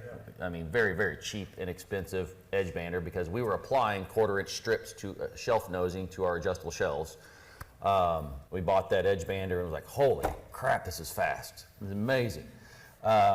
And so to justify going, and we thought was expensive, $60,000 edge bander, we had to justify it. And so there was a local company, it's actually some friends of ours, that would bring in closets from Closets Plus or somebody up in Chicago. And so Shelley and I designed out our closet that we were in the house we were living in.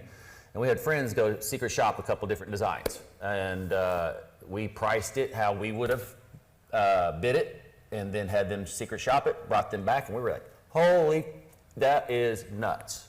And then from there on, we've got to do this. And so we just made it a mission. Now, the biggest hurdles that we have, and I know Ken could probably attest to it, cabinet shops don't take well to change, and they don't take well to expectations set on closets. For instance, closets, you have a tolerance. What is a tolerance? Is it ½ inch, a 1/4-inch gap on the sides?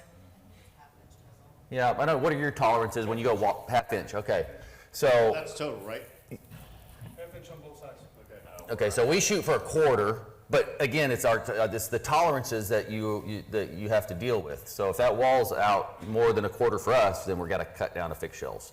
But so installers have a different mentality on installing closets versus cabinets. They want to be precise, everything has to be accurate, and I mean, we're in closets, the tolerances are a lot looser. So you have to get over that hurdle. We've got a good friend of ours, he used to be a Hayfler rep, now he works for Salici. Sean, he was a Hayfler rep, then went to Tag Hardware. He got recruited by a cabinet shop to bring on a closet division, and fell flat on his face because he couldn't get buy-in from the other employees. They're like, we build boxes. Oh, I forgot. We build boxes. We build kitchen cabinets. And that's fine. whatever. If you can sell a wood closet system, your profit margin can probably be a little lower, but you're still getting that sale. But it really justified the fact that we could buy another edge bander. We actually even upgraded from the Chihisa that we bought up to a BSE 1440. So it's. One more thing, just to be margins to death, like we were just talking about just for closets, how do you come up with it, or just in general, how do you come up with your margin that you want to? Yeah, I'm assuming it would be like based on the profit you want to make and your historical overhead. Yeah, I think if we just keep it simple again, if my expenses, what it costs me to open my doors, whether I have a job or not, are 25% of sales, if it's 25%, and I want to make it 10%, profit after everybody's paid, including my salary and, the whole operation, I gotta get a 35% gross margin, right? I gotta get to 25% to keep the lights on, I gotta get 10% for the profit on top. If I'm doing if I get a $2 million company and everybody's paid and there's $200,000 really net profit at the end of the year, if that's my goal, I have to make sure that my gross profit margin exceeds it. That's it. No, it sounds simple, it is simple, but you gotta go on historical data, because starting out, you're making predictions, But back to your question too, James, that's the only, because closets are so simple, that's the only way we bid with Cabinet Vision is the closet system. Yeah, and the pricing, you said the pricing on the closets is, the few closets I've done in New York, and I just walk away like laughing at the money I left. I'm like, I feel like I just robbed somebody. Now remember those definitions of profit. Come on now. They're happy as beans now. I'm like, wow, this is great. So yeah, you're missing the boat if you're not doing it. Yes, amen. And Hayfla is a great, Hayfla and Ray Howe. I don't know if Jesse's still in here. Huh? I don't even have a CNC yet. Yeah. Someday, James, someday. Yes, sir. You said you were using Crow's Nest? Yes. Are you pricing your cabinets with Crow's Nest? We haven't got that, so it's such a complex, and how long have we had it shelf? 7 years now, probably? Six years. We still have not implemented. We're just now getting down into the inventory part of it, where we're working with material requests and purchase orders. We've been using the time clock from almost day one, but what we do use it for is if you haven't, it was a great way for us to set up our business to sell, or for it just to run itself, because what it does is it creates tasks. And so it makes you sit down and think about what each step of your process is in your business. From the time the client walks in or you pick up the phone call, you enter in the client information. Once you do that, say, hey, client information done, check that task off, it'll pop up more tasks for you. So it's basically a step-by-step process on how to run your business. Plus then you've got your time clock, then you have your purchasing, the inventory or estimating and billing. We have not got to that part yet. Okay. Yeah, and that's where my question before was going too. And I'm just curious how many people are using an ERP software and pricing with it. Because we started using last year, I think we got into it 2 years ago, we started, it sounds very similar, it's Energy. Yes, okay, so I would love to talk to you about that. And we were actually talking about the differences, and that's where this Cabinet Maker Association comes in. We need to vet that, what are the pros and cons of both, and see, because I would hate for somebody to spend, I want to know if we should have, hindsight, went with Energy, or, vice versa. I mean, that's what these groups are for, to vet those types of programs out. Energy, okay? Started implementation, actually a little behind on my goal for implementation. Okay. They've got a new program for smaller shops, so the cost is no longer that. $30,000 or whatever, yeah. How much did you spend on yours, can I ask? Pardon me? How much did you spend on Energy? About 30K. Yeah. Up front. Yep. And I didn't have the option for a small shop when I got mine. How big is your shop? About 20 of us. Okay. So I listened to all this, and this is how we used to do things, and I listened to it, I forget who it was by, maybe someone else heard the podcast on when do you need to take that step up from Excel and go into a system like this. And it sounds very similar to yours. It runs sooner than later. Right. It runs the business, and we price in it. And then that's where my question before was going, was how many people price for you? Because if I do have Energy set up completely, or Crow's Nest or any other thing, I can have somebody else price, and it's exactly how I would do it. Yep. There's a lot of data, though. That's the hurdle, and I don't care which ERP system you use, the hurdle is the data entry. Shelley and I, again, almost got divorced over it, but now it has saved our marriage. But the data entry that she spent hours putting in was a lot. But and then I've finally jumped on. It took some teeth pulling, but I jumped on the bandwagon. But and we're still putting data in. I mean, just Russell, my engineer, is helping us with the inventory, putting that into place, and then now my guys in the back, Joe and Nathan, they're helping keep up that inventory, consuming the products, and making sure that we can just look at Crow's Nest. Oh, okay, yeah, we've got 50 sheets of birch still, you know. Yes, sir. Can you tell us more about your profit sharing structure and Sure. what it's done for your productivity and company culture? So profit sharing, we based our profit sharing off the guy, what was the last guy's name? Anyway, the Jack Stack, the Great Game of Business book that he talked about, his buddy, he's from Springfield, Missouri. SRC is in Springfield, Missouri. And so that's how, which Shelley and I have always wanted to give back to our employees. It's open book management, so we share our profit loss statement every quarter with our employees. We put everything in above line. They can see everything, cost of goods sold, every line item. I shrink it down to just the wages, and then on the overhead items, I put everything in there that they can affect. So work comp, they can affect that by being accident free. They can affect rent, advertising, anything like that. So we group that into one sum with our return on our investment. So they see our return on our investment, but it's lumped in there with the our rent, advertising, utilities, that sort of thing. And so what we do is we go over that every quarter and share if we have a profit or if we have a loss. We share that with them too. Share the reasons why. And I don't know, guys, how do you feel? I mean, you can ask my guys. I got 3 of them right here. I don't know where Bob's at, if he's still in here. He's taking a nap somewhere. Oh, Russell, profit sharing, what'd you think? It's great. I mean, he's giving back money that he doesn't have to the company. It's great.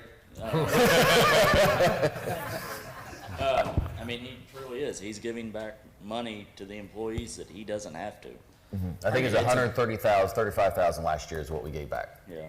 Are you seeing like increased productivity or like better morale or better employees?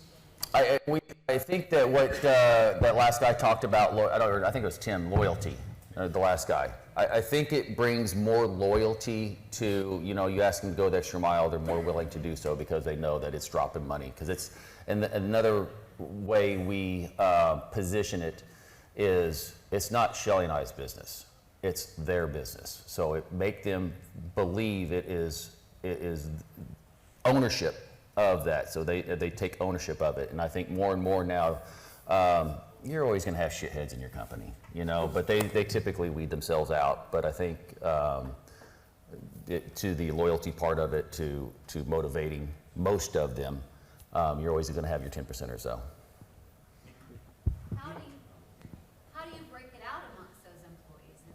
Great question. So we had to make sure Big Brother didn't come down on us. So what we do is every quarter, I take a QuickBooks report, print out what they made total for that quarter, divide it by my total wages, and it gives me a percentage of what they earned compared to the total. So for instance, Russell, if he was like 4% of my total wages, he got 4% of the bonus for that quarter. So that was the fairest way that we could have done that. So people who make more get more? By sheer math, yes. Yep. What kind of percentage are they getting on their wages in the bonus? Gosh, I don't know.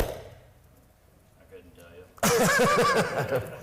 I mean, but yeah, so let's just take, total, I think we had, let's just say 50 guys, 100, divided by, what is that? $2,700 on average. Last year they got extra. For a year? For the year. How do you determine the bonus that you're gonna get back? How do you get to that number? So gosh, I wish I could share it. From the first profit sharing dollar to $50,000, we split 50-50 with the employees. Company keeps 50, we keep 50. So from $50,001 to $100,000, we split 60-40. Employees 60, company 40. And then we go up to from $100,001 to up is 70-30. We do something similar, it's a little more simple, it's like, we go per job though. Per job? You can try per job cost, when we hit 55%, we go, company retains anything over 55%, company retains 50%, and then the staff gets 50%, but I just break it up evenly, so. Do you? Everybody gets the same size, we don't do it very often, but. Gotcha. They appreciate the opportunity when we hit those numbers. Yeah, I like it. Any way you can give back. And I think Paul Downs, I mean, he's an amazing guy. When we heard him in Colorado, you could just tell he has a passion for his employees. And Tim Coleman, too, when he brought up his spreadsheets, is it a livable wage? You know, making sure you're taking care of your employees and their family. That instills loyalty to you guys. I mean, it's just, I feel 100% believe that we are above average on our wages in our area. We created a bonus system within our company, and we split it between management and field, kind of. And like you said, for me, it was like who can affect profit and loss. You know, that kind of their position can affect it. That was part of it as well. And we decided to do it. We've had different systems. Try to do it per job. Try to do it quarterly. We decided we had some tough times there. We decided to do a year end, and now I feel like it's I can validate again based on, you know, what people are doing and what their role is and how they've affected profit for the year. And I share that with them and you know, try to be fair about it. And we do the same thing. We think we're paying above the average rate. Mm-hmm. When we look, it seems like we're above that average rate. And we've got loyalty, we've got long-term employees. Mm-hmm. I feel like we have a team, we got buy-in. It just, you know, we've got long-term employees. So it's the combination of everything, the benefits, the pay, the bonuses, mm-hmm. the type of work, the appreciation, the fact that we're doing stuff that we couldn't do on our own. We're part of something bigger than ourselves. So to me, that's an important aspect as well. Do you also offer like Christmas bonuses or anything like that? Yeah, we just do just $100 right before Christmas so that they can then, but I mean, with the profit sharing, we've always done that. We just kept it, you know, but we provide 100% insurance paid. We do a 401k with 4% matching, and then we do the profit sharing.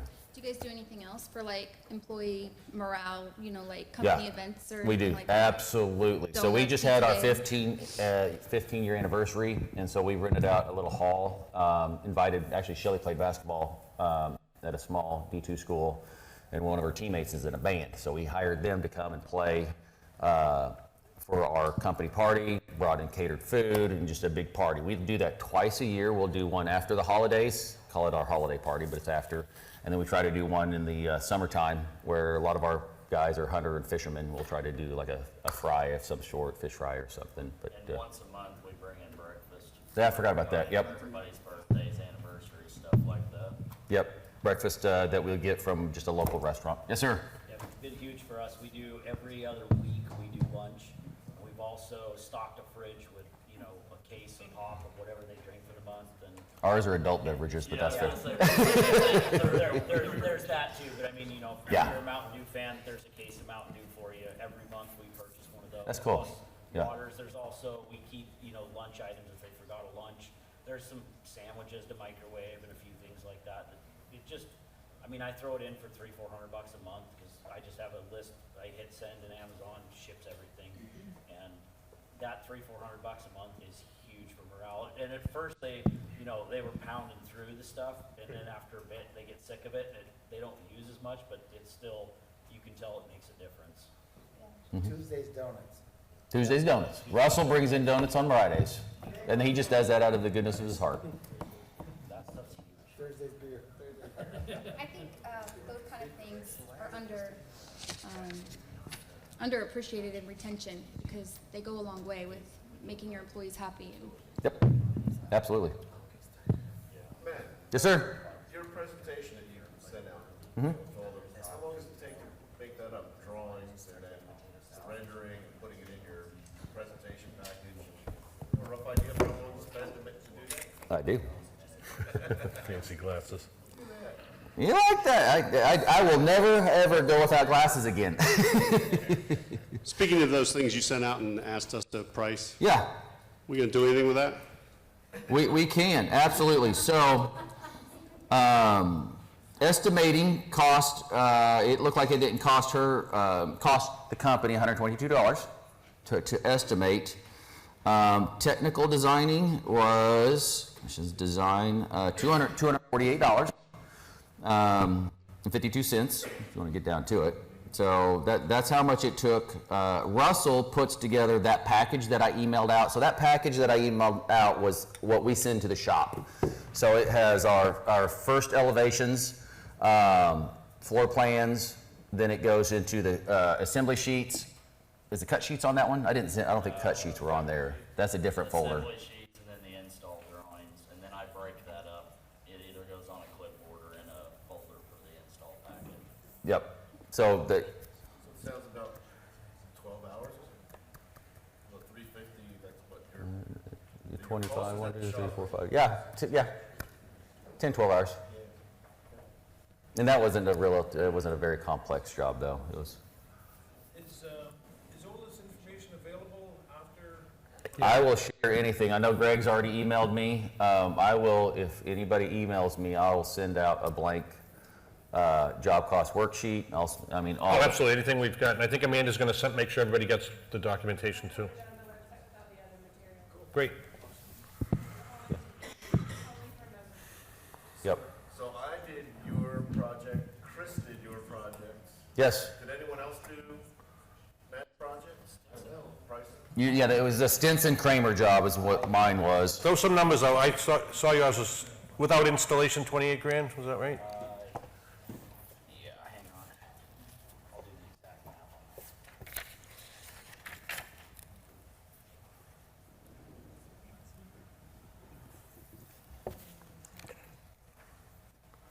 Which one was that? Stinson Kramer. Yes. Yes. That was the one that had all the 3D renders. $29,870.02. That's without install and stuff? Install. How much? For without install was $29,870.02. 29,870. You got a pencil? You got that? Good. What else we got for numbers?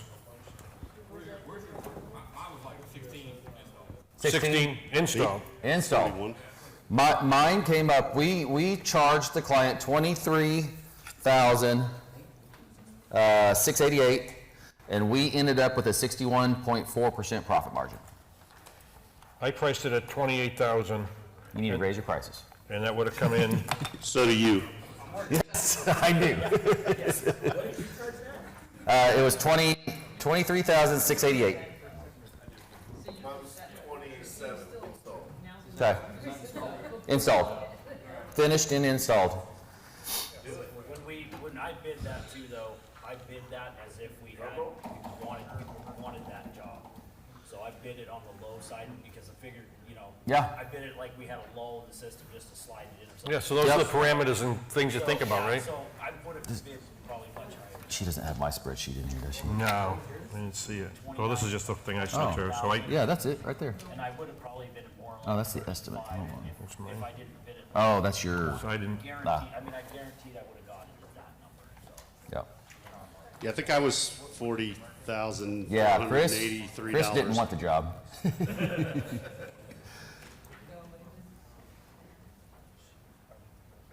But that's downtown Atlanta too, so. Right, yeah. See, this is just right around the corner from us in Springfield that it I would was take a hair us. over 40. It'd take us 10 minutes to drive there. Yeah. No traffic. so. If you go to the file folder from there. Is there a pricing one that's open? Where's the file folder? Over. Chris, was that OTP? That the OTP Where are we price? here?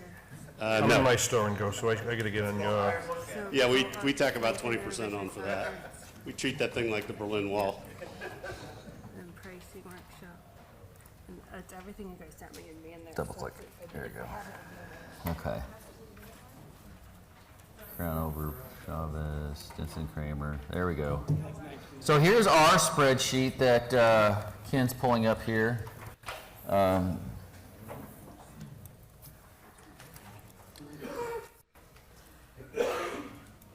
Right here. So Sarah has developed this to where the kitchen is all. I'm sorry. Zoom in more. Yeah, zoom back out a little further. We can't see it now, so make it harder to see. Then you can just make stuff There up. we go. And you just keep lying. Okay, so so she breaks it down in by room, because you always have those clients that's like, well, what if I take this out? What if I eliminate this room? So she has just, it's been wonderful to have this done this way. Can't wait for Crow's Nest to do this, but she breaks it out: hardware, accessories, finishing. This one did not have LEDs on it. That would be another line item. But she... Huh? Sorry, Ken, they took it. It was in the bid. It was in the initial bid. They took it out. So we do a linear foot up here. You know, paint grade, we've got linear foot pricing. Hickory, we've got different linear foot pricing. Talls, we upcharge. Blow motion, the heavy duty guys, they wanted some heavy duty. So we break everything out, crown, down to the miters. We've gone down even to the miters. Dishwasher panels, there we go. Farm sink, we charge to cut those, scribe those in. Don't care if they're what they are. You know, hopefully they're the ones that you can slide over the face frame, but most of the time not. So Matt, yes, where sir. do those numbers come from that are in the cost? So when she's generating that, where are those numbers input from? So the linear foot has just been a Ken method, where that's just over time, that's what we... Click in that 130 cell, please. Right there? Yep, so that came from up here, where she will put in linear foot, if I can grab it again. So it's in a hidden cell there? No, well, I scrunched it up, yeah. Okay. Huh? Push the what button? And you just have a list of that stuff? Right there, Joe. And then everything else is either MSRP, molding. We've got a molding spreadsheet that we've developed that gives us footage price for moldings dependent on material and width. And then everything here, Shelley doesn't like it. We're trying to figure out a way, I'm open for suggestions, but this slush line, or AKA PETA factor, that is our design. This is what we'll pay our salespeople. That's their commission. Slush is, we tack on, I think it's 15% if it's a remodel, because we all know how remodels go. If it's a new builder, if it's just a walk-in off the street, it goes up to 35% right off the bat. And then moving on over. So it's just a markup? We are marking up, yes. We do markups on our pricing, but we measure margin. Okay. Yep. So I'd take that, I'd reword that slush key. I know, that's what, well, it was PETA. It is. Based on, you can tell the client's gonna be a pain in the neck, the site conditions are gonna be difficult. Yep. You know maybe it's a tough delivery, you're gonna have to carry the cabinets from the street. Up an elevator or something. We've got a high rise that we do work on from time to time that we. Lower complexity markup. Yeah, there you go. Yeah. We have an additional fees with no markup below all that stuff, so it doesn't mess with it. So if we know Yep. it's a remodel, I'm like, throw $2,000 on there, just, Yep. kind of have an idea of what the pain in the back. Smart. As long as you take it into account, absolutely. So what did you guys come up with for this job? 20, this one was, what did I say, 26,000? 23 was you. 23,636 right there, total with finishing. What And was so- the highest bid for that job? Chris was around 42. 40 and a half, 40,500. Is everybody's number without installation? Mine included installation. Delivery and installation. You were delivery and installation? Correct. That was. I was at 28,000 not installed. We were at 19. Okay. So that definitely tells us. You need to raise your why we're not prices. making money. Right? Yeah. Delivery's like $1,500. Well, you gotta track your numbers. You've That's all got it to is, yeah. start. Which I won't put that in, QuickBooks. it's like just a Buy- fee. But Yeah. if it's a full job, we usually hire somebody to deliver it, and that covers us.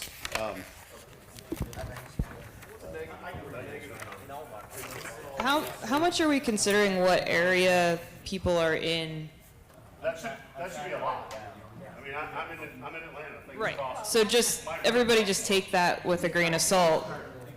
Don't go charge 40,000 if you're in Missouri. So when we put floating shelves in, that comes in as linear foot of cabinetry. She backs that out, and then we charge for it.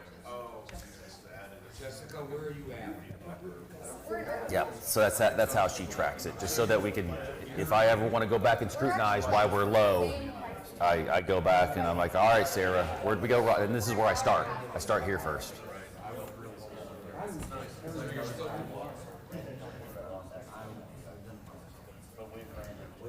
Yes, sir. Pennsylvania. Yes. That's what you're paying your designer? Commissions, yes. And that's based on the total price? Correct. Yes. Actually, well, you can see it's based on every line item, so, yeah. Yeah.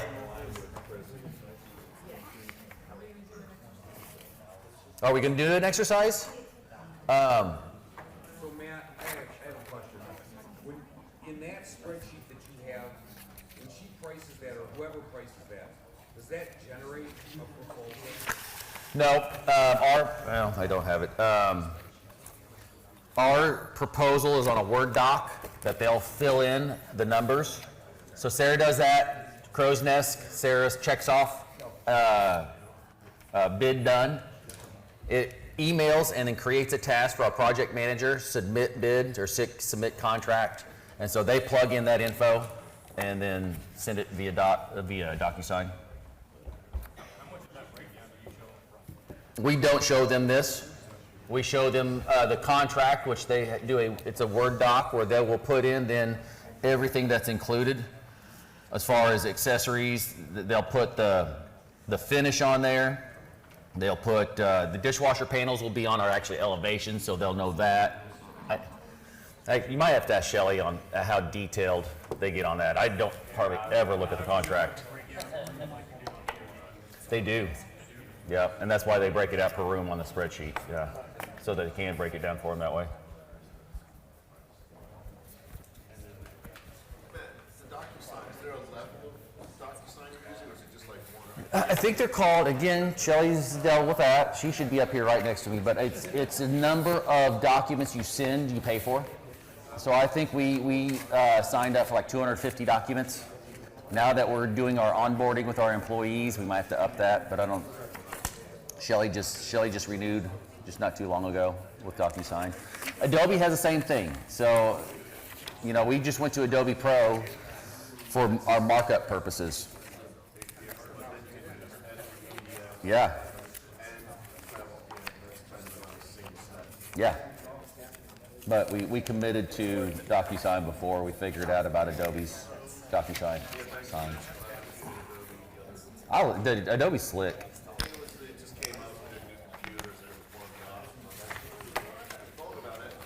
Yeah. Yeah, more attractive. It just makes it so much easier. Just quicker. I mean, you get a signed contract right away. Okay, you know, here's your invoice. Oh. Yes, sir. Contract, the drawings, the ACH transfer information, all that stuff in one document, they can sign it and send it to deposit just like that. Yes. Yep. Yeah. Yes, sir. It's kind of going back to what you just said. Do you have the designer sign that contract or the tester? Oh, I would do both. I would do everybody, contractor, designer, client. Right. We have the designer sign off. We try to have the homeowner sign off as much as possible, if not the homeowner, the builder. Hang on, sign off on what? Our contract. Drawings. Yes, the drawings. The only person that should be signing the contract is Homeowner. legally responsible to pay. Right. Yep. Signing and approving drawing, you go a couple of different ways. Yep. But the only, if the designer signs a contract on behalf of the homeowner, you're gonna get screwed. You could get screwed. You open yourselves up to not being able to file a lien. Yes, sir. How do you spread the work out amongst your designers? We've been so fortunate that we don't have to market at all. Shelley will do marketing in our local magazine. We'll do the home show. Actually, this is going to be hopefully the last year, probably. What he meant though, Matt, was if you've got 4 designers. Yep. How do you spread those leads out? They Shelley, talk to that. So we try to do it fairly, but also by experience, based on the type of project. So like the Kramer job that you guys estimated, that was a very simple, basic job, so I could give that to a newer designer. So that would go to them. But we try to, if someone's working with the builder and they bring another lead, it's going to that same person. So the builder is always working with the same designer, unless we have some crossover between interior designers where they work with multiple builders. But our team is pretty awesome. We just try to kind of spread that workload. But for the most part, if you're working with a builder, that's going to be the lead you get. And then my office manager, she has a rolling, like if we have call-ins, if it's a walk-in, who she gave the last lead to. And then every Monday she checks with them and said, hey, if somebody comes in, can you handle it, or do you want me to go to the next person? So we do try to keep it fair with the new leads, but if it's referral business, it's if you were the person who worked on it and they referred somebody to you, then it's going to go to the person that designed that job. And for a new job from a contractor, they call that designer directly. Say that one more time. A new job for a builder? Yeah, a lot of times if we're already established with the builder, the clients will just call direct. They'll call the designer, they'll call the front office, and my front office manager always says, who are you working with? Are you working with a builder? And then she knows which designer to pass it to. When you take on a new building, you have to kind of figure out who you're going to give them to. Yeah, and we do that too, to see like, so I have one designer, has a heavy workload, and so if I have a new builder coming in, I'm not gonna give it to her, I'm gonna try to help another pipeline, and depending on the level of that builder, if he's, real super detailed luxury homes, then I'm probably not gonna give it to the new person, I'll give it to someone who's more seasoned. So Shelley's in charge of the whole front office. She's from clients walking in all the way up to scheduling now. Thank you so much. And then, yeah, it sucks. I hate it. I'm so ADD. I couldn't stay on track. But then from when the project managers get the contract and it's ready to go to production is where my team takes it over. So from Russell all the way out to the install. So after talking with other shop owners, a lot of them don't like walk-ins, but I know you guys take walk-ins. How do you feel about that? We mark them up 35%. Most of the time, they go well. Most of the time. You got a great design system, which is, And that's, you develop your system so that they're repeatable, duplicatable, predictable, and then surround yourself with good people. I mean, our team is, I would challenge anybody's team against my team because it's solid guys, solid. Is this stuff going to be available? Yes, Manda's going to put it up on the website, or the forum, she said. Yep, so I'll give you a blank one of these if you want one that I filled out, I don't care. I'll probably just erase the name or something, but. So one more. Yeah. Your closet system that you do in cabinet vision through the bid center. Yes, sir. Do you have one of those available? Could you share one of Yeah, those? absolutely, yep. The closet system, I'm assuming that in the bid center is way more, it's cleaner. There's a lot less to it. I mean, yeah, it's a little bit. Just because there's not as much detail. Was it hard to transition into closets? Is there much of a learning curve there? We installed, we actually had one of another subcontractor we did some trading with. He installed a central vac system for us, and we did his closets and did some training and had asked him just to give us feedback on it. We did our own closet just to learn on it, and then from there, it's not hard. I mean, it really, just like a little nugget on California Closets, how they stacked their closets. We do flat pack, first on, last off. So all the adjustable shelves go on the bottom, fixed shelves and partitions. If there's doors, they get packed separate so that when they're carrying stuff in, they can start right away with the partitions. Some guy's already hanging rail around the room, and then another guy is bringing in partitions, putting on the hangers. Rayfix should already be in there at that time. There's quite a few installation videos out there too. Is there? Yes. Yeah. Do you edge band the bottoms of the rails like they did? We don't. That was interesting. No, we would, because they're going carpet. Why would you edge band the bottom? We edge band tops, but. Well, if it's going on carpet, they just have the carpet. But not all is on carpet. Say it again. Not all is on carpet, so people with tile, they have a lot of. Oh, tile. I don't care. Tile, carpet, wood. But why? But on tile, you got a damp situation if they mop, Uh-huh. Up to Yeah. $70 grand on the bottom. Never The really banding had an doesn't issue matter, with it. unless you're welding, the banding, it's still gonna soak up in, Right. Yeah. melamine. Yeah, unless you've got the pure system or the hot air, the tech. Yeah. All right, guys, 3:30, how we doing? Wrap it? Thank you so much, really appreciate it. We learned from you.